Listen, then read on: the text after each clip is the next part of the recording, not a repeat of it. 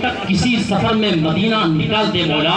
حضرات ایک بار پھر میں ان ناموں کو پیش نہیں کروں گا، جتنے نام بولے گئے ہیں ان سبھی حضرات سے گزارش ہے کہ وہ اسٹیج کے پاس تشریف لے آئیں، ان کی ضرورت ہے۔ انہوں نے اب تک محنتیں کی ہیں، کاوشیں کی ہیں، تو اب تھوڑی سی محنت جو رہ گئی ہے، تھوڑی سی قربانی جو رہ گئی ہے، اس میں پیچھے نہ رہیں۔ اس لیے میں ان سبھی حضرات سے گزارش کرتا ہوں کہ وہ تشریف لے آئیں اسٹیج کے پاس۔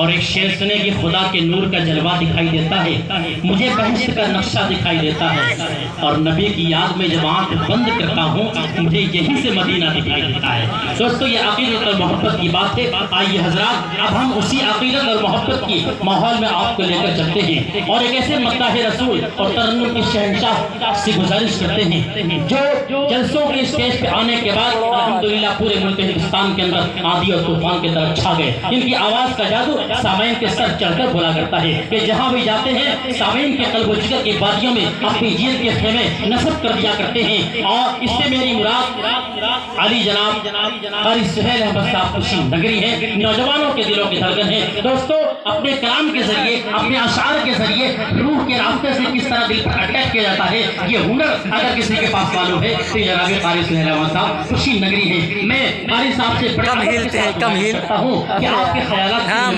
جو بھی نعت یا منقبت کے شعر انگڑائی لے رہے ہوں برائے مہربانی اسے اسکرین پر لے آئے تاکہ لوگ اپنے نگاہوں کے کیمرے میں قید کر سکیں۔ اس شعر کی ساری استقبال ہے کہ مہو انجم تجلی آسمانوں سے لٹاتے ہیں، اجالے مسکراتے ہیں، اندھیرے بھاگتے ہیں، اور کوئی منہ تکتا رہتا ہے، کوئی انعام دیتا ہے۔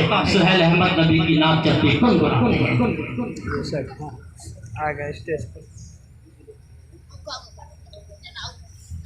جو حضرات سامنے کھڑے ہیں میں اس کے لیے معذرت چاہتا ہوں، کرسیاں ابھی آ رہی ہیں، آپ حضرات